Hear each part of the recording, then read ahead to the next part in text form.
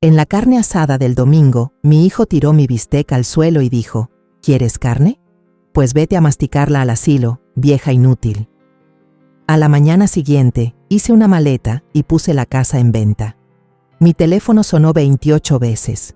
Me suplicó que no me fuera. Me alegra que estés aquí. Quédate conmigo hasta el final y deja el nombre de tu ciudad en los comentarios. Quiero ver hasta dónde llega esta historia. Mi nombre es Ramona. Tengo 69 años. El domingo pasado, en mi propio patio, en mi propia carne asada, mi hijo tiró mi bistec a la tierra como si yo fuera una perra callejera.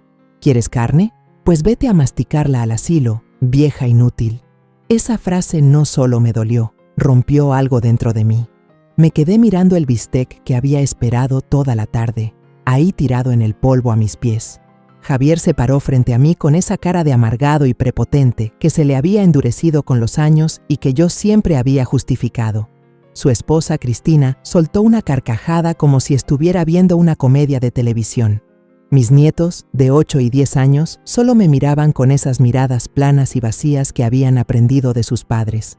Nadie intervino. Nadie dijo nada. Me agaché, con las rodillas adoloridas, y recogí el bistec con manos temblorosas. No por el dolor, por la rabia, de esa que se ha cocido a fuego lento durante años en silencio. Javier, dije, quitándole la tierra a la carne, ¿qué acabas de decirme? Él puso los ojos en blanco, el mismo gesto de adolescente que hacía cuando le pedía que limpiara su cuarto. Ay, mamá, por favor, no seas tan dramática, solo era una broma. Una broma. 20 años de ser tratada como la sirvienta en mi propia casa, y ahora todo era una broma para él. Miré a mi alrededor, la terraza que yo pagué, la alberca que puse para unos niños que apenas me hablaban, el asador nuevo y reluciente que Javier exigió para el Día del Padre como si fuera un héroe, aunque él nunca ha puesto a nadie por delante de sí mismo. Esta casa, esta propiedad de 4 recámaras en un buen fraccionamiento, trabajé en 3 lugares distintos para comprarla después de que su padre nos abandonó. Todo lo que tenía lo invertí para asegurarme de que a Javier no le faltara nada. Escuela privada, equipo para cada deporte, una colegiatura universitaria que no podía pagar. Renuncié a todo, mi tiempo, mi salud, mis sueños, para asegurarme de que él tuviera una oportunidad. Y esto es lo que recibí a cambio. Tráeme otro bistec de la cocina, dijo Javier, dándome la espalda como si yo fuera su empleada. Y ya que estás ahí, trae más cervezas. Me quedé ahí, sosteniendo ese trozo de carne sucio, y algo dentro de mí simplemente se soltó. No explotó, no hizo ruido, se rompió en silencio, como un hilo que finalmente se quiebra tras estar demasiado tiempo tenso. Caminé por la casa, pasando por la sala donde lo crié sola, pasando por los retratos enmarcados de cumpleaños y graduaciones que él apenas recordaba. En la cocina, tiré el bistec a la basura y miré a mi alrededor, a ese cuarto que durante décadas se había sentido más como una jaula que como un hogar. No era la primera vez, ni de cerca. Apenas el mes pasado, Javier había usado mi tarjeta de crédito sin preguntar y acumuló $800 en equipo de golf. Cuando se lo reclamé, me llamó egoísta y dijo que debería estar agradecida de que todavía se molestara en visitar a su vieja loca. 6 meses antes, había mudado a toda su familia a mi casa solo por un tiempito, después de que los corrieron de su departamento por no pagar la renta. Cristina no perdió el tiempo en reorganizar mis muebles, tirar mis pertenencias y actuar como si yo fuera una simple huésped. Yo les cocinaba, les lavaba la ropa, cuidaba a sus hijos mientras ellos salían a cenar y al cine. La única vez que pregunté cuándo pensaban mudarse, Javier se rió y dijo: ¿Para qué mudarnos? Este arreglo funciona perfecto. Perfecto para ellos. Regresé al patio con otro bistec y una cerveza fría, como la sirvienta en la que me habían convertido. Javier los tomó sin decir una palabra, ya quejándose de otra cosa. Me senté en la silla de plástico barata que me había aventado mientras él se estiraba en los costosos muebles de jardín que yo había pagado, y en ese preciso momento tomé una decisión. Se había acabado. Se acabó el ser invisible en mi propia maldita vida. Se acabó el dejar que el niño al que le di todo me tratara como un estorbo. Se acabó el fingir que este desastre era lo que significaba ser una familia. Esa noche, después de que todos se fueran a dormir en mi casa, con mi comida en sus estómagos y su desorden para que yo lo limpiara, me senté en la mesa de la cocina y escribí una lista, una muy importante.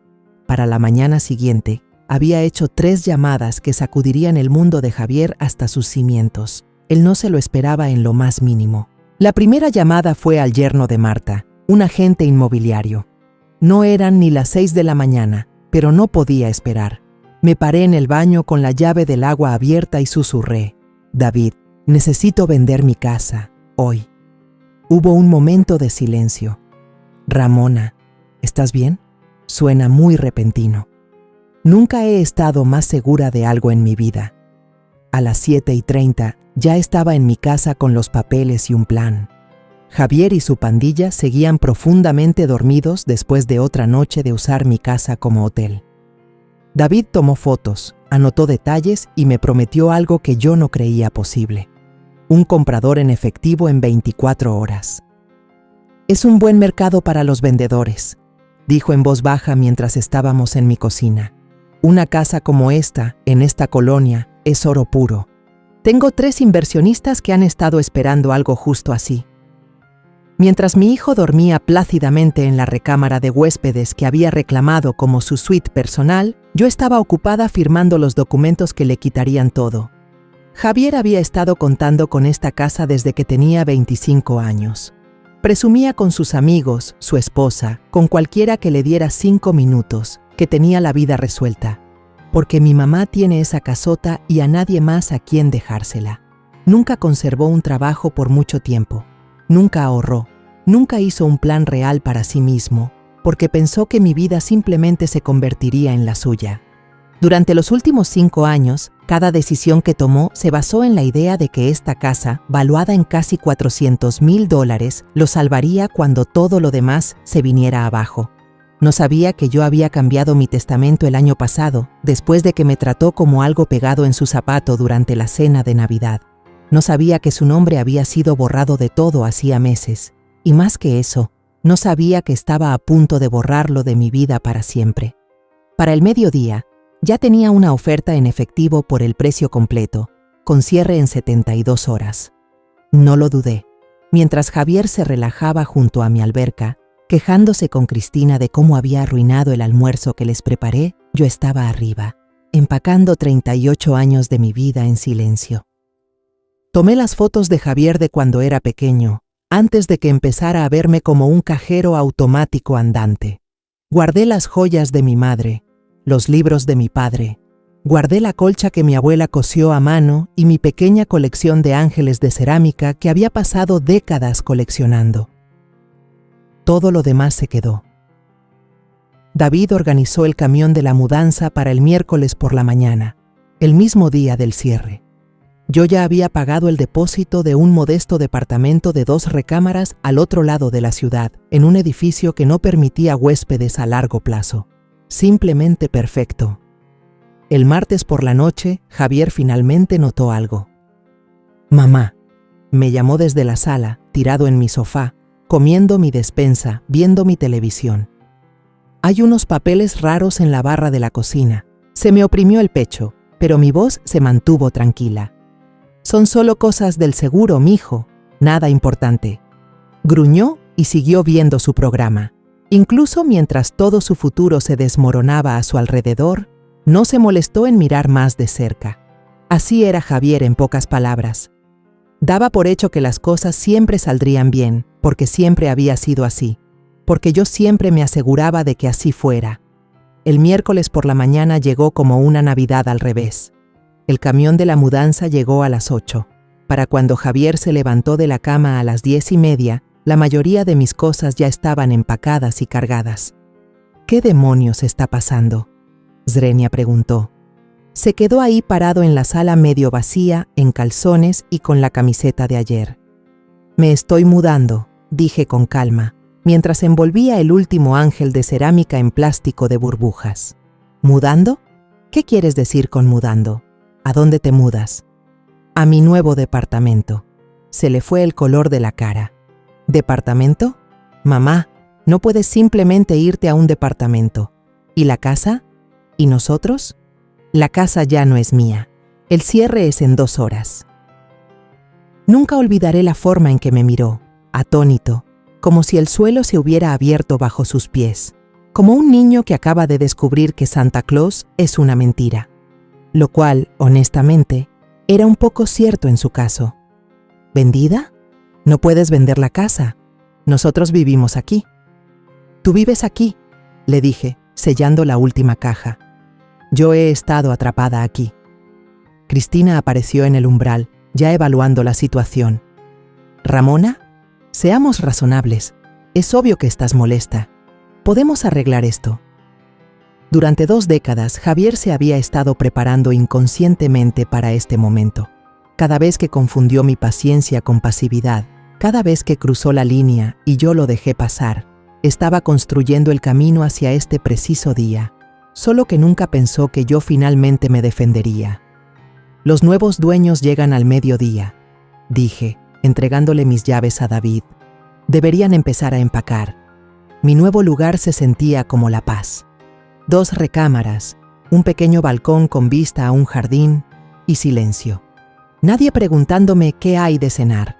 Nadie dejando su porquería para que yo la limpiara. Nadie fingiendo que yo no estaba ahí.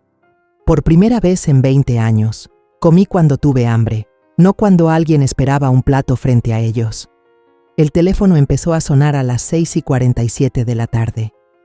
El nombre de Javier iluminó la pantalla. No sentí nada, ni culpa, ni tristeza, ni siquiera enojo, solo calma. Dejé que sonara.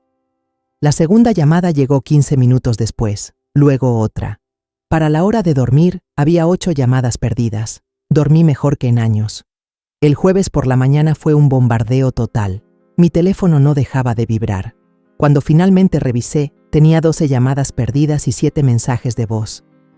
Mamá, devuélveme la llamada. Tenemos que hablar de esta locura. Ese fue el primero, todavía tratando de sonar en control. Para el quinto, el tono había cambiado.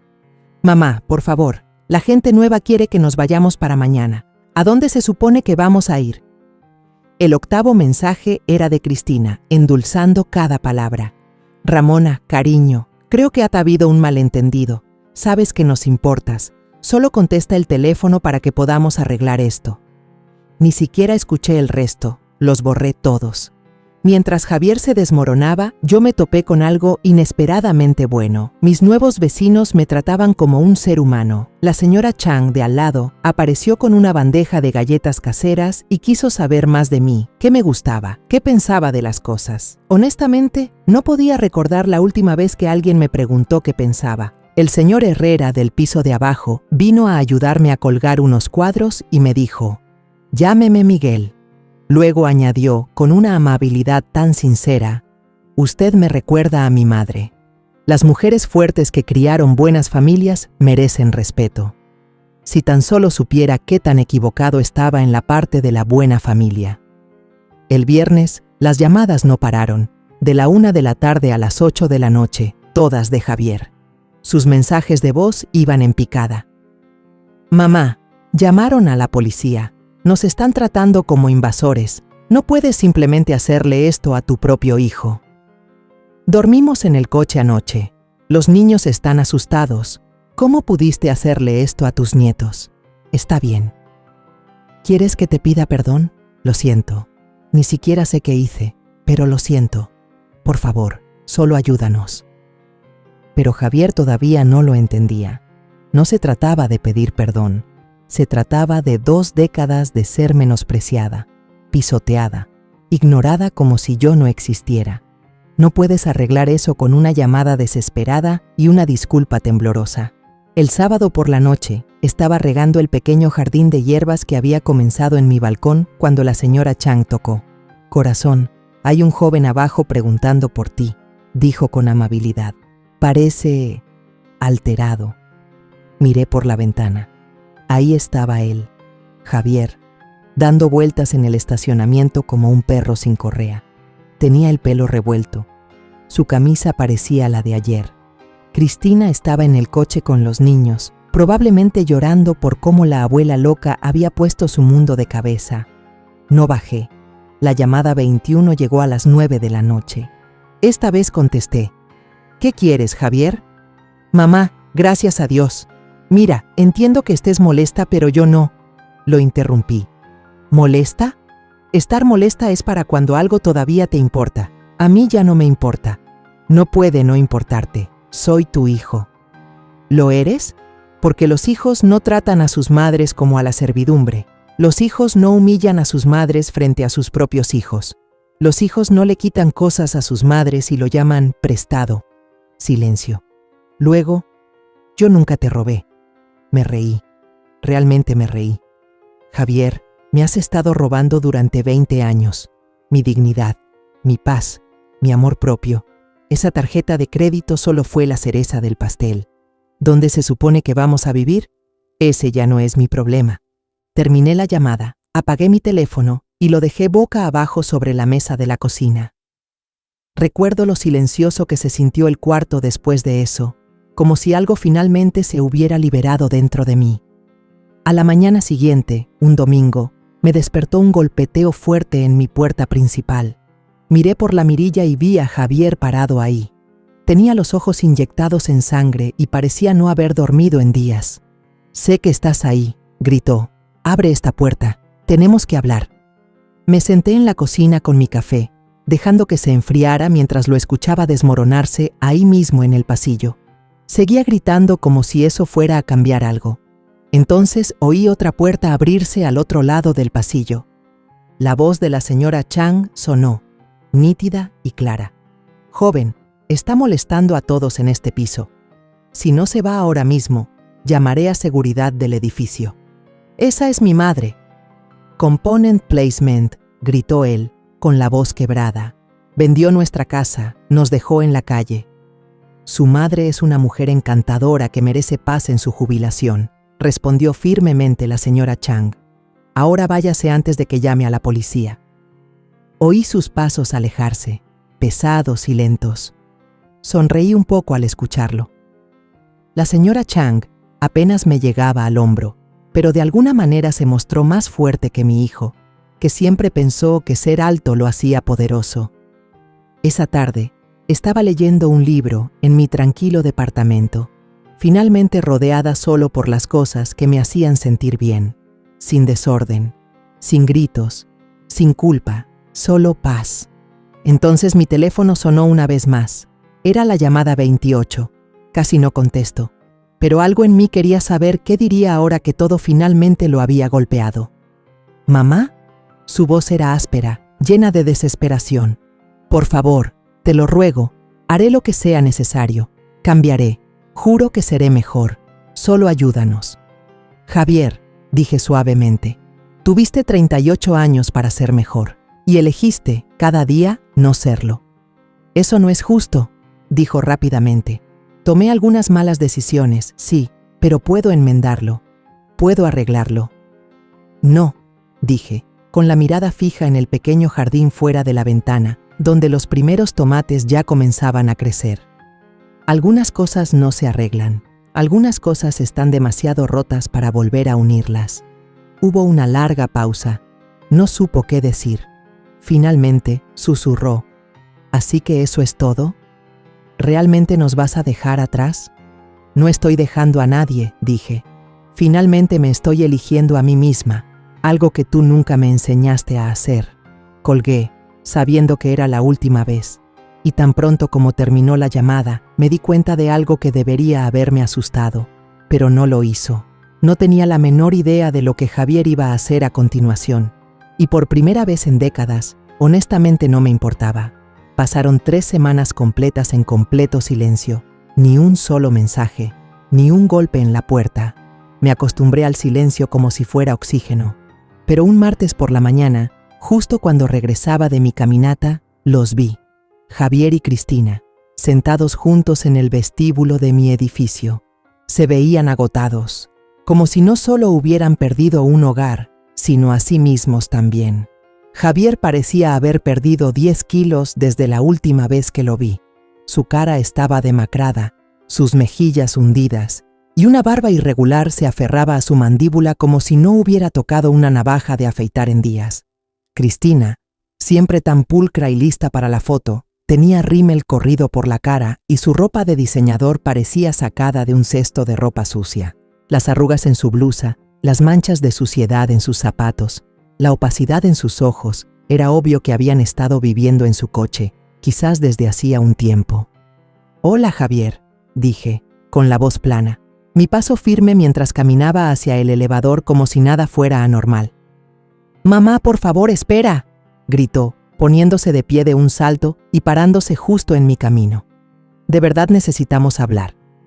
«No», dije, tranquila pero tajante. «De verdad que no». Cristina también se levantó, adoptando esa voz melosa y cargada de culpa que usaba cuando quería algo. «Ramona, los niños han estado preguntando por su abuela. Esto ya ha durado demasiado, ¿no crees?»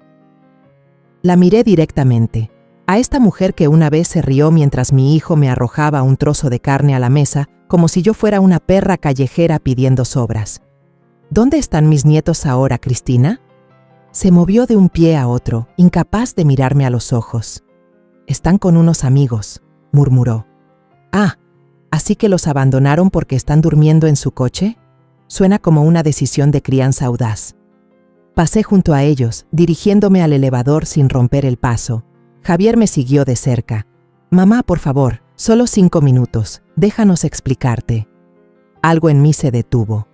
No sé si fue curiosidad o si solo quería un asiento de primera fila para el desastre que habían creado, pero me detuve. «Está bien, 5 minutos, ni un segundo más, y no vamos a subir a mi departamento. Hablamos aquí mismo». Nos acomodamos en la pequeña sala de estar junto a las ventanas del vestíbulo. Las sillas eran rígidas, incómodas, del tipo en el que nadie se queda mucho tiempo. Afuera podía ver la esquina de mi jardín del balcón. La albahaca, el orégano y los tomates cherry que había plantado prosperaban bajo el sol de verano. Había estado aprendiendo a cocinar para una persona, y resultó que me gustaba más de lo que pensaba. Javier empezó primero. «Mira, quiero disculparme. Lo que dije en la carne asada estuvo fuera de lugar. Estuvo mal». «¿Qué más?», Zrenia pregunté, sin perder el ritmo. Arrugó la frente. «¿A qué te refieres? Quiero decir, ¿de qué más te arrepientes? Porque si crees que una disculpa por un comentario feo en una carne asada lo arregla todo, entonces no has aprendido una maldita cosa». Cristina intervino, con esa voz falsamente suave todavía en el aire. «Ramona, ahora nos damos cuenta de que quizás no siempre te tratamos como deberíamos». «¿Quizás? ¿No siempre?». Me reí, una risa baja y amarga. «Te mudaste a mi casa, Cristina, y lo primero que hiciste fue empezar a tirar mis cosas en bolsas de basura. Lo llamaste deshacerse del desorden. Luego le dijiste a tus hijos que me llamaran la sirvienta, de broma. Vaciaste mi refrigerador, disparaste mis facturas de servicios y te molestaste cuando te pedí que limpiaras el desastre que hiciste. ¿Te suena?». Su cara se puso roja, la mandíbula tensa. «No es exactamente como lo recuerdo». «¿No?». Me volví hacia Javier. «Tú recuerdas la Navidad, ¿verdad? Cuando tomaste mi tarjeta de crédito sin preguntar y la usaste para comprar los regalos de tus hijos, la usaste por $800 que no tenía porque ya estaba pagando todo en esa casa». Javier bajó la mirada al suelo, moviéndose en su silla. «Te dije que te lo devolvería. Number, prometiste que me lo devolverías. No es lo mismo». Me recliné lentamente, con los brazos cruzados, extrañamente tranquila por primera vez en mucho tiempo. «Déjenme adivinar por qué están aquí. Están en la quiebra. Necesitan un lugar donde quedarse. Necesitan a su madre, otra vez, para sacarlos de un lío en el que ustedes solitos se metieron. Un rescate más». Se miraron el uno al otro como si todo fuera parte del plan. Le atiné. Javier se aclaró la garganta. «Mira, solo necesitamos un poco de apoyo para volver a ponernos de pie», dijo. «Quizás podrías ayudarnos. Digo, quizás hay una manera de que saques un préstamo usando tu nuevo condominio».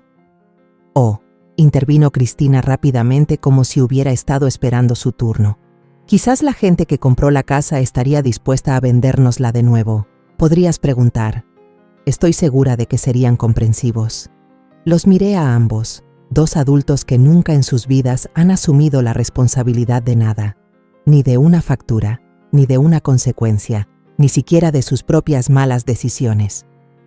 ¿Tienen idea de lo que hice con el dinero de la venta de esa casa? Zrenia pregunté. Sus ojos se iluminaron como si acabara de abrir una bóveda. Pensaron que el tren del dinero estaba a punto de pasar por su estación de nuevo. Regalé 1/3, dije. Sus sonrisas se desvanecieron tan rápido que fue casi divertido. Específicamente, lo doné a organizaciones sin fines de lucro que protegen y apoyan a personas mayores que son maltratadas, descuidadas o de las que se aprovechan sus propias familias. A Javier se le cayó la boca abierta como si le hubiera dado una bofetada. ¿Regalaste mi herencia? Swing, dijo, atónito. ¿Tu herencia? Me puse de pie, dejando que mi voz se elevara con cada palabra. Javier, no tienes una herencia porque no te la has ganado. Así no funciona esto. La herencia es algo que se deja a los hijos que se preocupan, que están presentes, que respetan a la persona que los crió, no a los vividores que tratan a su madre como si fuera un cajero automático con complejo de culpa. Ese era nuestro dinero. Swing, chilló Cristina, la máscara completamente desaparecida ahora. Crecimos en esa casa, éramos una familia. No, dije fríamente. Ustedes eran huéspedes a largo plazo que nunca pagaron renta e ignoraron las reglas, y ahora son intrusos. Me di la vuelta y caminé hacia el elevador, pero Javier me agarró del brazo. Mamá, ¿y el resto del dinero? Me solté del brazo y lo miré directamente a los ojos. ¿El resto? Eso es mío. Tengo 69 años y por primera vez en mi vida voy a gastar mi dinero en mí. ¿En qué? Zrenia. En viajes, buenos restaurantes, libros que de verdad quiero leer, un sillón cómodo para envejecer donde nadie me levante la voz ni me pida limosna. Apreté el botón del elevador. Todas las cosas que dejé de lado durante las últimas 2 décadas, mientras limpiaba el desorden de 2 adultos hechos y derechos que nunca dijeron gracias. Las puertas se abrieron y entré. Mientras comenzaban a cerrarse, Cristina gritó una última vez, su voz aguda por el pánico. ¿Qué se supone que hagamos ahora? La miré directamente a los ojos, justo cuando las puertas se cerraron. Aprendan a cuidarse solos. Arriba, preparé té, salí al balcón y me senté para el primer momento de tranquilidad que había tenido en años. El teléfono sonó 2 veces. Lo dejé sonar. Desde la ventana del segundo piso podía verlos abajo en el estacionamiento, gritándose el uno al otro. Sus voces subían, resonando en las paredes, esparciendo pedazos de su juego de culpas en el aire de la tarde. «Todo esto es tu culpa», gritaba Cristina, su voz lo suficientemente aguda como para cortar el yeso. «Tú dijiste que no se atrevería a hacerlo». «Se le zafó un tornillo», replicó Javier, su tono defensivo, casi en pánico. «Ya se le pasará, tiene que pasársele». Pero yo sabía que no era así. No se me iba a pasar, no esta vez. Por primera vez en mi vida adulta, estaba exactamente donde quería estar, haciendo las cosas a mi manera, respirando un aire que no cargaba con el peso de las necesidades de otra persona.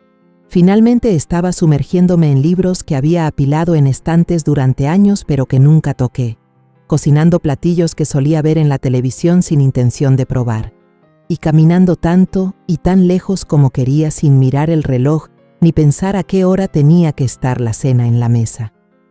Más tarde esa noche, hubo un suave golpe en la puerta. La señora Chang estaba allí sosteniendo un recipiente con sopa, todavía caliente, todavía humeante. «Vi a esa gente molestándote antes», dijo en voz baja, su expresión amable. «¿Eran asuntos de familia?» «Solían serlo», respondí, aceptando la sopa con ambas manos. «Ya no son tu problema», dijo, casi con orgullo. «Qué bueno, la vida es demasiado corta para dejar que la gente te robe la paz, incluso cuando comparten tu sangre». Mientras su sopa se calentaba en la estufa, esa verdad se asentó profundamente. Esta mujer alguien que solo me conocía desde hacía 3 semanas, me había mostrado más cuidado, más consideración, más decencia humana genuina de la que mi propio hijo había logrado en décadas. Quizás la sangre no significaba lo que siempre decíamos que significaba. Quizás nunca lo había hecho. Quizás la verdadera familia no se trataba del ADN, sino de quien respeta tus límites y te deja estar en paz. Esa noche dormí sin despertarme, sin el dolor habitual en mi pecho, sabiendo que el mañana llegaría en silencio y no tendría que prepararme para ello. Javier tendría que descubrir cómo enfrentar un día sin mí por primera vez en su vida. Pasaron 2 meses completos sin rastro de él. Empecé a creer, con cautela, que tal vez finalmente se había rendido, que tal vez había aceptado que esta vez iba en serio. Estaba equivocada. Comenzó con una carta, no un mensaje, no un correo de voz, una carta real, escrita a mano, el papel doblado cuidadosamente, deslizado por debajo de mi puerta como algo de otra década. Javier nunca me había escrito una carta en toda su vida, ni una sola vez. Querida mamá, comenzaba, he tenido tiempo para pensar y ahora me doy cuenta de lo mal que te traté. Quería arreglarlo, lo sentía, decía, de verdad lo sentía. La carta se extendía por 3 páginas, todas llenas de disculpas, confesiones, promesas de cambiar. Dijo que había conseguido un trabajo estable. Dijo que él y Cristina estaban en terapia. Dijo que se habían mudado a un lugar más pequeño y que finalmente estaban aprendiendo a vivir como adultos. Dijo que los niños preguntaban por mí todos los días. Dijo que extrañaban a su abuela y no entendían por qué me había ido. Era elocuente, sentida, del tipo de cosas que podrían engañar a alguien que no lo hubiera criado. Pero yo sí lo había hecho. Yo sabía que no era así. Javier no hacía cosas difíciles, no asumía responsabilidades. Esa carta no era un avance, era una actuación, una estrategia, y algo en ella tenía las huellas de Cristina por todas partes. Aún así, tenía curiosidad. ¿Hasta dónde estaba dispuesto a llegar para vender esta nueva versión de sí mismo? ¿Cuánta energía gastaría fingiendo ser alguien a quien le importaba? Esa noche tomé el teléfono y marqué su número. Javier, dije, recibí tu carta. ¡Mamá! Su voz se quebró de alivio, como si hubiera estado conteniendo la respiración durante semanas. Esperaba que llamaras. ¿Me creíste? Estoy dispuesta a darte la oportunidad de que me lo demuestres, dije, lenta y claramente, pero no esperes que sea fácil. Lo que sea, dijo sin dudarlo. Haré lo que sea. Muy bien, te quiero aquí el sábado por la mañana, a las 8 en punto. Usa ropa que puedas ensuciar. ¿Ropa de trabajo? La señora Chang, nuestra vecina, tiene 83 años y necesita ayuda para limpiar su garaje. Si de verdad sientes haber tratado mal a una mujer mayor, puedes demostrarlo viniendo a ayudar a otra. Se quedó en silencio. Casi podía oír los engranajes girando en su cabeza. Después de unos segundos dijo, de acuerdo, ahí estaré. El sábado llegó y se fue. Ni rastro de Javier. No me sorprendió, solo me decepcionó de esa manera cansada y silenciosa. No por él, por mí. Por pensar que tal vez cumpliría esta vez. Alrededor de las 10:30 sonó mi teléfono. Mamá, lo siento. A Cristina le dio una de sus migrañas. Tuve que llevar a los niños a la escuela y luego el coche se descompuso. ¿Y tú, Javier? Zrenia, interrumpí. No te preocupes. No, sí me preocupo. Quiero arreglarlo. Iré mañana. Mañana es domingo. La señora Chang pasa los domingos en la iglesia y luego ve a su hermana. Bueno, entonces el próximo sábado. Eso funciona, le dije. A la misma hora, 8 de la mañana. También faltó a esa. Dijo que lo llamaron del trabajo inesperadamente. El sábado siguiente fue que uno de los niños estaba enfermo. Para el 4º sábado había dejado de tener esperanzas. Pero seguí diciendo que sí, solo para ver cuánto tiempo seguiría inventando excusas. Y entonces, 6 sábados después, apareció. 3 horas tarde, avergonzado, sosteniendo un vaso de café de ese lugar caro a unas cuadras de distancia. Sé que llego tarde, fue lo primero que dijo. 3 horas tarde, respondí, pero estoy aquí y te traje café, ese latte de vainilla que siempre te gustaba. Lo tomé pero no bebí. La señora Chang terminó hace semanas, Javier. Su hijo vino y se encargó de todo. Sus hombros se hundieron. Claro. Bueno, ¿quizás hay algo más en lo que pueda ayudar? Lo estudié un momento. Se veía desgastado, como si la vida le hubiera quitado algunas cosas, pero no estaba roto. La ropa estaba limpia. El pelo tenía producto. Ya no dormía en su coche. Había encontrado un lugar donde aterrizar y no me pidió que lo encontrara por él. De hecho, sí hay algo, dije. He estado de voluntaria en el centro comunitario, leyendo libros en voz alta a personas mayores que ya no ven bien. Necesitan más gente. Su rostro se iluminó. Eso suena perfecto. Siempre he tenido un cariño especial por las personas mayores. Es simplemente como soy. Casi me río a carcajadas. Nunca había mostrado la más mínima amabilidad o interés por los ancianos. De hecho, cuanto más vieja me hacía, más parecía molestarle, poniendo los ojos en blanco cuando me movía demasiado lento, impacientándose cuando olvidaba y repetía las cosas. El grupo se reúne los martes a las 9, dije. Les diré que estarás allí. Su sonrisa vaciló. ¿Martes por la mañana? Normalmente estoy en el trabajo a esa hora. Dijiste que harías lo que fuera. Sé que lo dije, pero no puedo simplemente faltar al trabajo. Necesito este empleo para seguir adelante. ¿Qué tal los jueves por la tarde? Es otro horario en el que se reúnen. A esa hora recojo a los niños de la escuela. Asentí, sin decir mucho. Por las noches entonces. Hay un programa de cenas para personas mayores que viven solas. Les vendría bien la ayuda para servir las comidas. Las noches son para la familia. Cristina quiere que cenemos juntos todas las noches. Es algo suyo. Dejé la taza de café llena sobre la mesa. Así que en 5 minutos has dicho que no a los martes por la mañana, los jueves por la tarde y todas las noches. ¿Cuándo exactamente planeabas demostrarme lo arrepentido que estás? Se movió en su asiento, su rostro un poco tenso. Bueno, ¿podría los fines de semana? Eso podría funcionar. Ya has faltado a 6 sesiones de sábado. Eso fue diferente. Fueron emergencias de último minuto. ¿De verdad? Porque desde mi punto de vista, ayudar a la gente siempre parece ser tu prioridad más baja, así como respetarme siempre quedó en último lugar.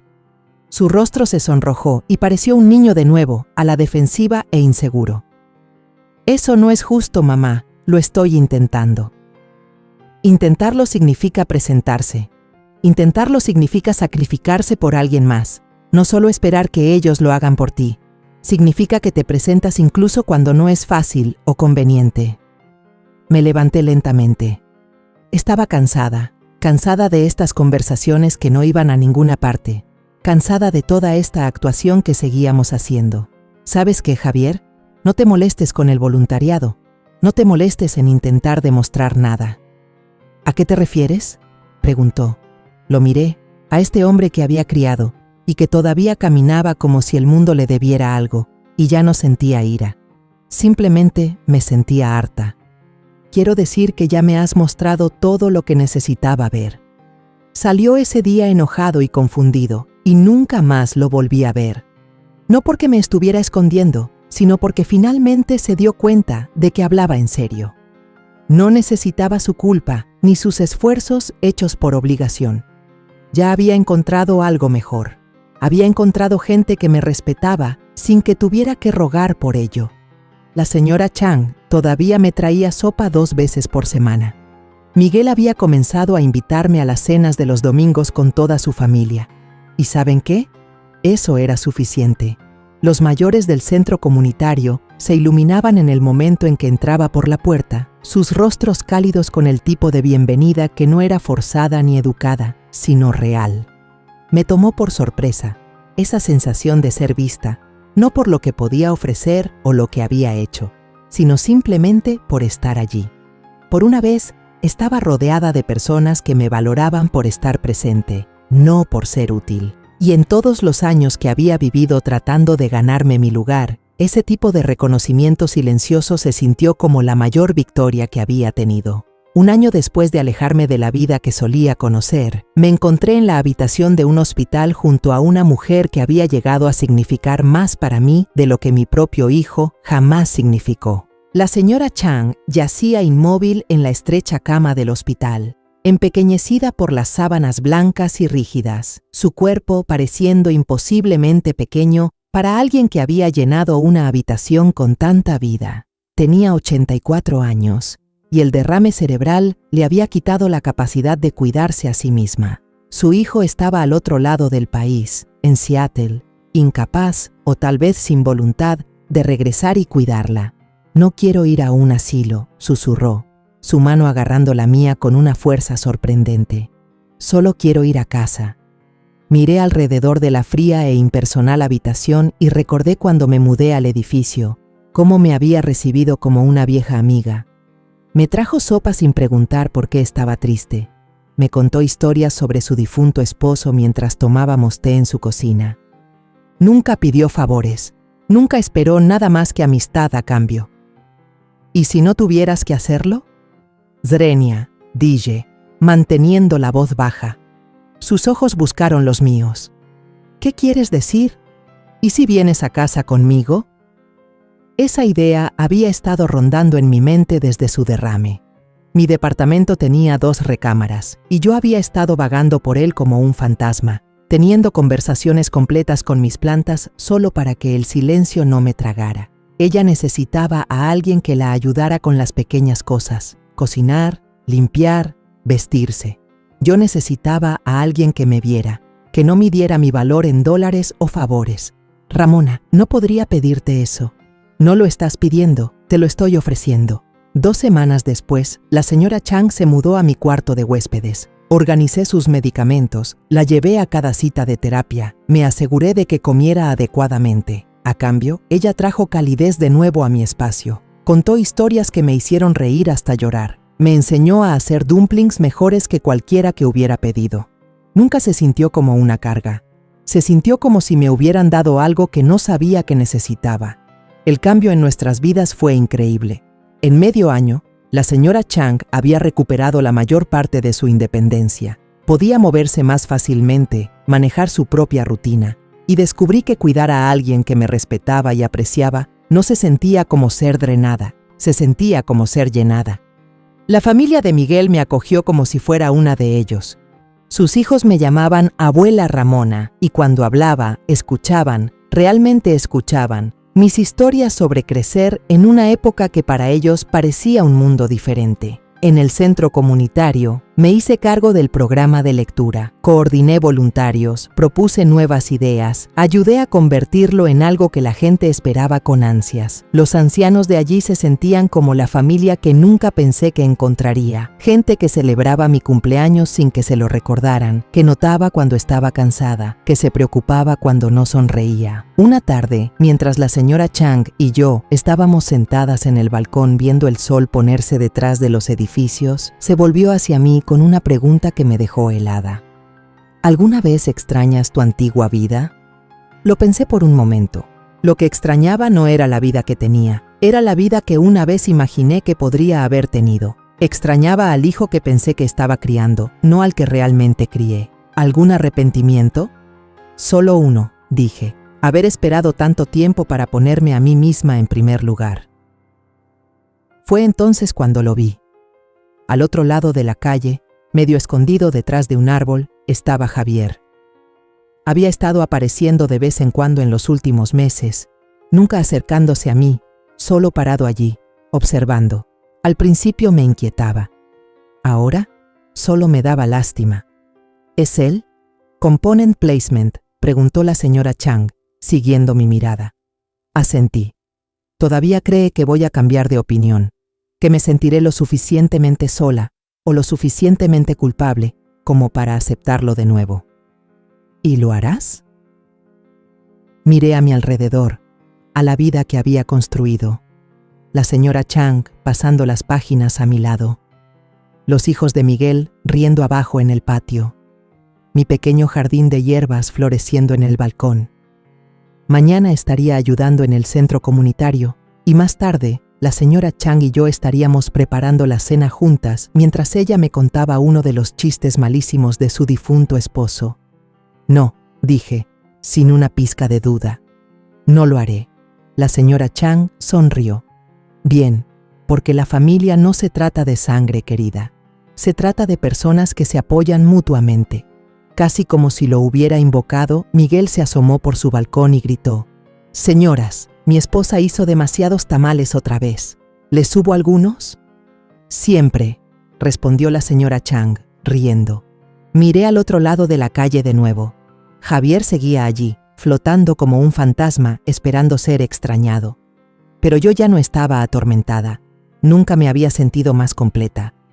Hace 2 años, si alguien me hubiera dicho que estaría viviendo con una mujer china mayor con la que no tenía parentesco, compartiendo cenas con una familia mexicana que básicamente me había adoptado y pasando mis días ayudando a otros ancianos a redescubrir la alegría, habría dicho que estaban locos. Pero aquí estaba, rodeada de personas que me amaban no por lo que hacía por ellos, sino por quién era, personas que realmente querían estar cerca de mí, personas que me escuchaban, me respetaban y nunca me hicieron sentir que ocupaba demasiado espacio.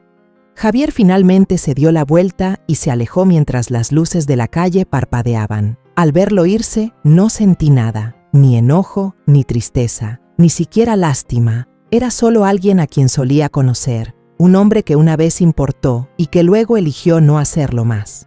La señora Chang se acercó y me apretó la mano. «Vamos», dijo. «Miguel va a traer tamales y quiero mostrarte las fotos de la boda de mi nieto». Mientras nos dirigíamos a nuestro cálido y pequeño departamento, pensé en algo que me caló hondo. Había pasado 68 años tratando de ganarme el amor de personas que no podían darlo. Y a los 69, finalmente reconocí cómo era el amor verdadero cuando aparecía gratis. Nunca había sido más rica. Lo último que vi antes de cerrar la puerta del balcón fue mi reflejo en el cristal. Me veía diferente, más ligera, más joven incluso, aunque tenía 1 año más. El rostro que me devolvía la mirada era el de alguien que conocía su valor, que finalmente había encontrado su lugar y que había terminado de aceptar migajas cuando merecía el festín completo. Algunas personas pasan toda su vida buscando una familia de verdad. Yo encontré la mía a los 69 y no podría ser más perfecta. Firmé los formularios del hospicio con una mano más firme de lo que esperaba. La pluma se deslizó suave, decisiva, sobre la línea de puntos. Nombre, fecha, firma. Me ofrecieron pañuelos y me preguntaron si necesitaba tiempo. No lo necesitaba. Había tenido de sobra. La señora Chang falleció a las 6:12 de la mañana, justo cuando el cielo sobre nuestro edificio se tornaba del color de viejos moretones, un morado profundo que se desvanecía a un gris opaco. Me senté a su lado durante la noche, sosteniendo una mano que una vez había amasado masa para dumplings, con el doble de fuerza que mujeres de la mitad de su tamaño. Se fue de la misma manera en que había vivido, en silencio, con respeto, sin grandes aspavientos. Eso fue hace 3 semanas, y sus zapatos todavía están junto a la puerta principal como si fuera a volver de la tienda en cualquier momento. El funeral fue sencillo, tal como ella quería. Sin lamentos, sin largos discursos. Una foto de ella en el jardín, un plato de bollos dulces de frijol rojo, incienso subiendo en espiral como un recuerdo en el aire. Su hijo apareció a mitad de camino, con aspecto cansado y apurado, apestando a una culpa que no se molestó en ocultar. No le dije mucho. ¿Qué quedaba por decir? Después, volví a casa, me serví una taza de té de manzanilla y me senté en el sofá que solíamos compartir. Ella en un extremo con sus crucigramas, yo en el otro con cualquier novela de misterio que estuviera leyendo esa semana. Su ausencia presionaba los cojines, las esquinas de la habitación, mis pulmones. Esa noche, encendí una de sus viejas velas y la dejé arder hasta el amanecer. Jazmín y sándalo, su aroma. No lloré. El duelo no llegó en sollozos ni en arrebatos dramáticos. Llegó en el silencio. En la forma en que me sorprendía buscando 2 tazas en lugar de una. en la estúpida costumbre de pausar un programa para explicárselo, solo para darme cuenta de que le estaba hablando a una silla vacía. La gente me decía que me lo tomara con calma, que fuera amable conmigo misma y mi favorita personal, mantente ocupada. Como si doblar la ropa o pasear por el supermercado pudiera coser un corazón al que le falta un latido. La verdad es que ya no quería quedarme en ese departamento. Cada rincón resonaba, cada interruptor de luz que ella solía usar, cada cajón que la vi organizar como si fuera geometría sagrada. Así que tomé una decisión. De nuevo, vendí el lugar. No le dije a Javier. No le dije a nadie, en realidad, excepto a Miguel y a su esposa, que lloraron cuando les di la noticia. Me rogaron que me quedara en el edificio. Dijeron que su hogar era también el mío, pero había aprendido algo en los últimos 2 años. Seguir adelante no siempre se trata de escapar, a veces se trata de expandirse, de encontrar la siguiente versión de ti misma, la que está lista para más. Así que encontré un alquiler a 3 horas al norte, en un pequeño pueblo junto a la carretera, con árboles espesos de pino, una calle principal con una sola cafetería y una tienda de abarrotes que todavía cierra a las 9.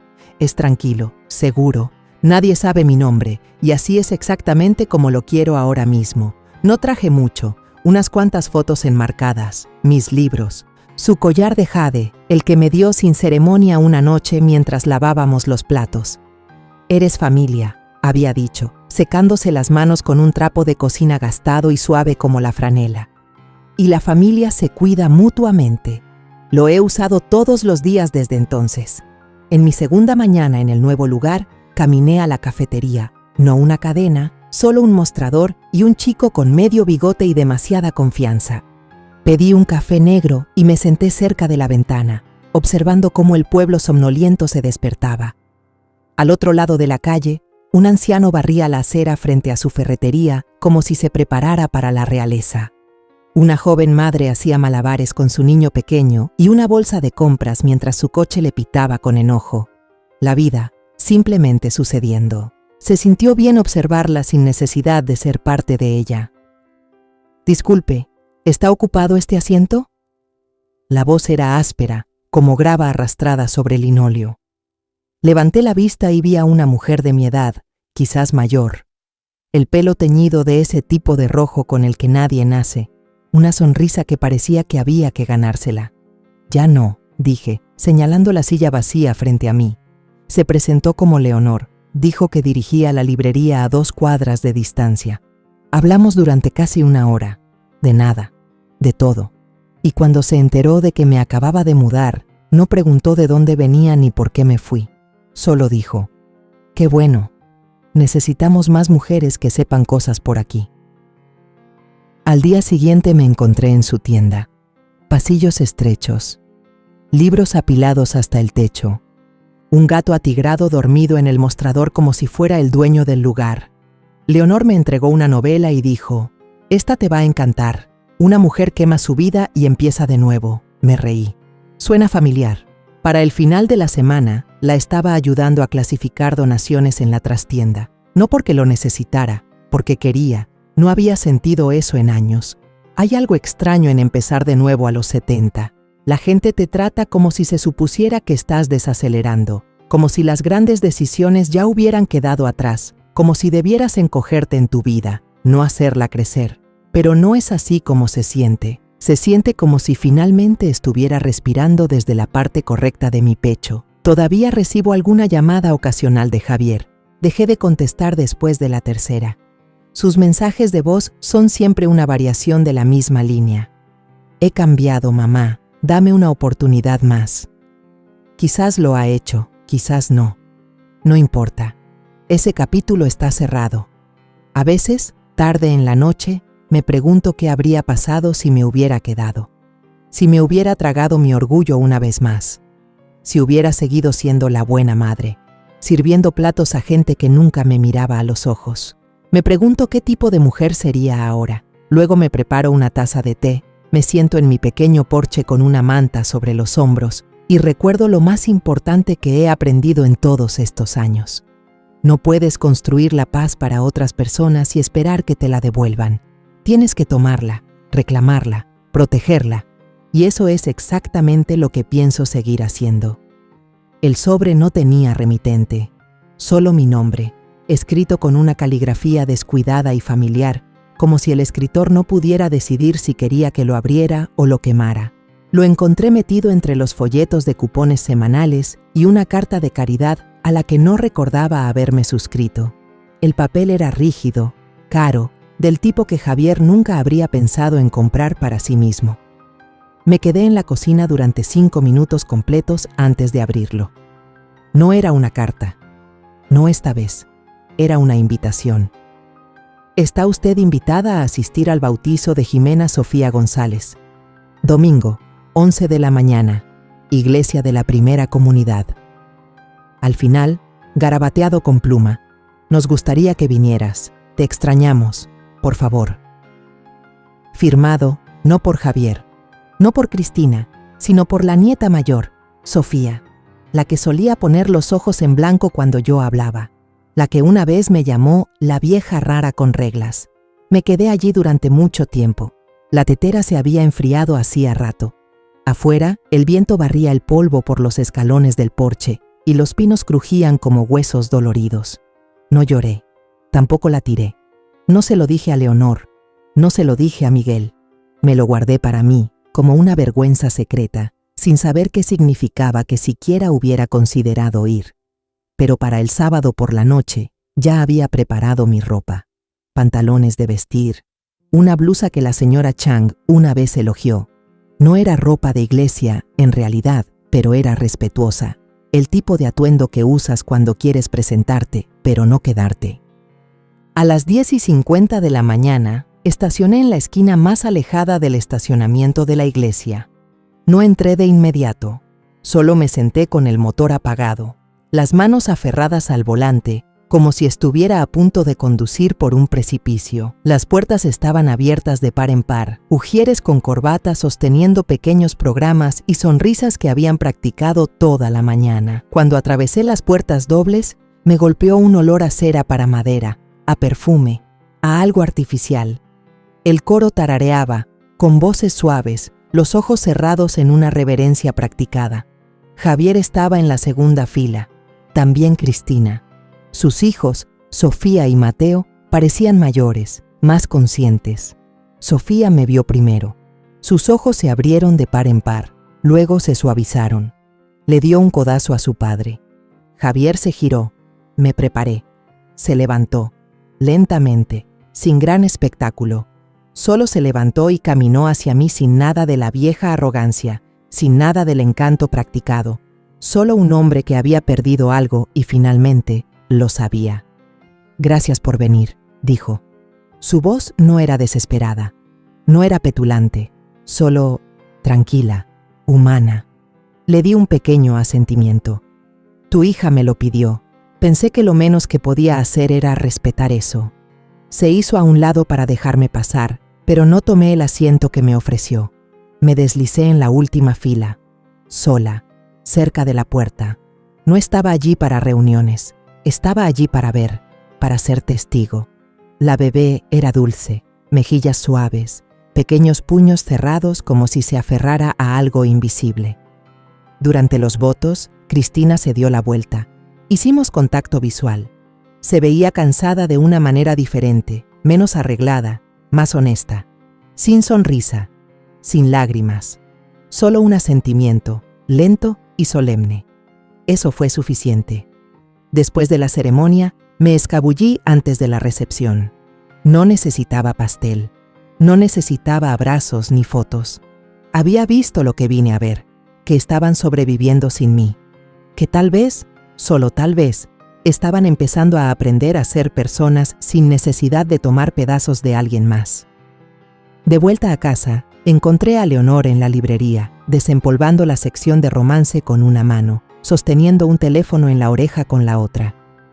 ¿Fuiste?, Zrenia preguntó, colgando antes de que pudiera hablar. Hice una pausa. Sí. ¿Cómo estuvo? Extraño, dije. Tranquilo, no suplicaron. Yo no perdoné. pero tampoco me sentí como un fantasma. Me estudió durante un largo momento. Luego sacó 2 sillas y sirvió café de su termo como si supiera que no había terminado de hablar.